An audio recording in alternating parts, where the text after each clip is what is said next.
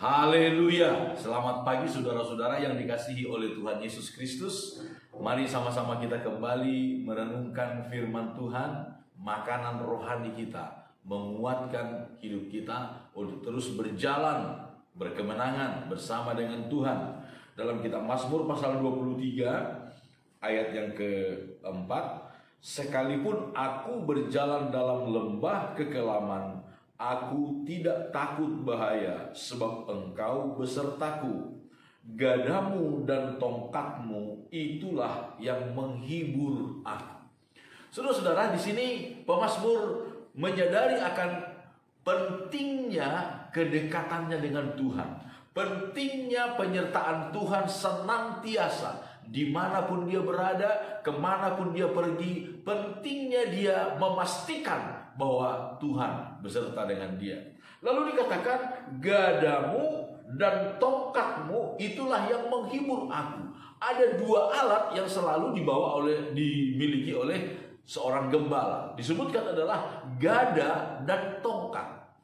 Gada adalah sebuah alat yang pendek, alat pemukul, alat untuk memukul musuh, alat untuk memukul ancaman-ancaman binatang-binatang buas yang datang mendekat untuk memangsa domba. Kalau kita artikan, saudara-saudara, kita berpikir, maka alat ini adalah pendek, gada ini adalah pendek. Artinya, saudara-saudara, seringkali musuh itu, ancaman itu datang begitu dekatnya, sebegitu dekatnya. Itulah yang terjadi. Tetapi walaupun ada musuh yang sudah datang begitu dekat, ada sang gembala yang siap dengan gadanya menghantam, menghancurkan, mengusir atau bahkan membunuh musuh yang datang mendekat itu, ancaman yang datang mendekat itu. Dalam pengalaman kita, saudara-saudara, sebagai orang percaya, seringkali kita dihadapkan dengan situasi yang demikian. Kita merasa ancaman itu, musuh itu sudah begitu dekatnya dengan kita, begitu dekatnya dengan kita. Tetapi saudara-saudara, jangan khawatir. Tuhan izinkan musuh itu, ancaman itu datang begitu dekat. Tetapi begitu dia begitu datang untuk mengganggu kita, menerkam kita, gadanya Tuhan, dia siap untuk menghancurkan setiap musuh itu. Jangan pernah takut. Walaupun musuh kelihatan sudah begitu dekat, walaupun ancaman kelihatan sudah begitu dekat, ada gadanya Tuhan yang siap untuk menghancurkan setiap musuh itu. Itulah yang dikatakan oleh Daud ketika dia menghadapi Goliat. Dia berkata kepada Saul di dalam kitab 1 Samuel pasal yang ke-17, saudara-saudara, ketika Saul bertanya apa modalnya untuk menghadapi Goliat, Daud dia berkata demikian. 1 Samuel 17 ayat 34. Tetapi Daud berkata kepada Saul, hambamu ini biasa menggembalakan kambing domba ayahnya. Apabila datang singa atau beruang yang menerkam seekor domba dari kawanannya, maka aku mengejarnya, menghajarnya, dan melepaskan domba itu dari mulutnya. Kemudian apabila ia berdiri menyerang aku, maka aku menangkap janggutnya, lalu menghajarnya dan membunuhnya.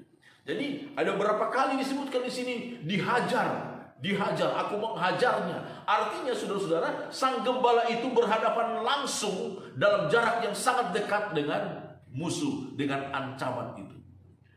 Saudara-saudara, sekali lagi, seringkali memang ancaman itu datang begitu dekatnya dengan kita. Kita merasakan, kita melihat ancaman itu, situasi yang menakutkan itu begitu dekat dengan kita.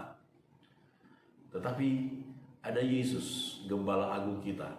Gadanya, kuasanya sanggup menghancurkan setiap musuh. Lalu disebutkan tongkat. Tongkat ini adalah tongkat gembala yang biasanya ujungnya itu ada lengkungan, ada melengkung ujungnya.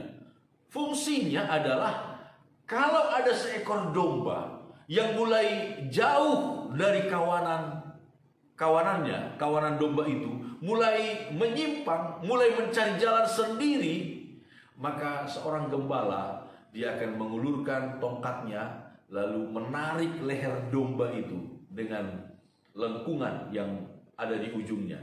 Dia menarik leher domba itu, domba yang tadinya sudah mulai mau cari jalan sendiri, memisahkan diri dari kawanan, dia tarik kembali untuk kembali bersama-sama dengan kawanan.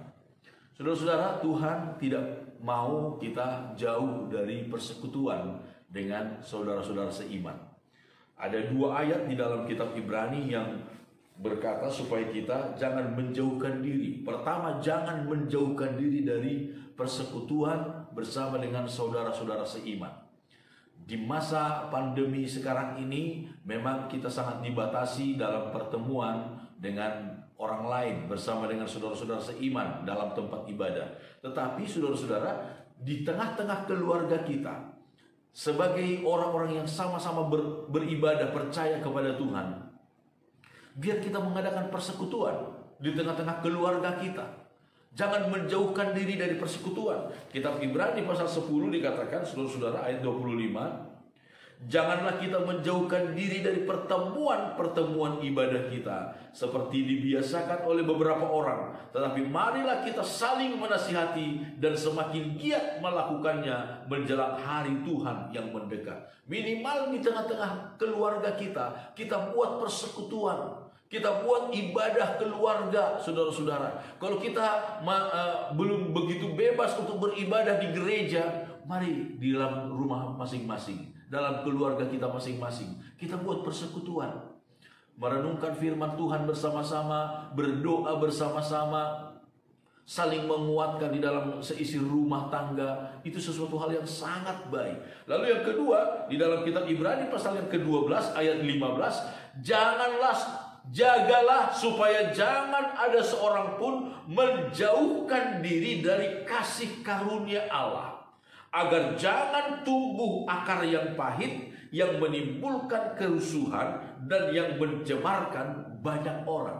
Yang kedua, jangan menjauhkan diri dari kasih karunia Allah. Orang yang sudah mulai menjauhkan diri dari persekutuan dengan saudara-saudara seiman, maka pasti akan menjauhkan diri jauh dari anugerah Allah, jauh dari kasih karunia Tuhan. Firman Tuhan berkata, kalau seseorang menjauhkan diri dari kasih karunia Tuhan, maka yang timbul adalah kepahitan. Hal-hal yang pahit, hatinya, pikirannya akan pahit, bahkan seluruh hidupnya pun akan menjadi pahit.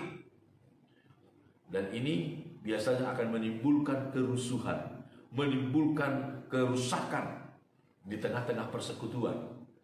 Jaga, jangan sampai kita menjauhkan diri dari kasih karunia Allah. Saudara, izinkan Tuhan selalu membimbing kita.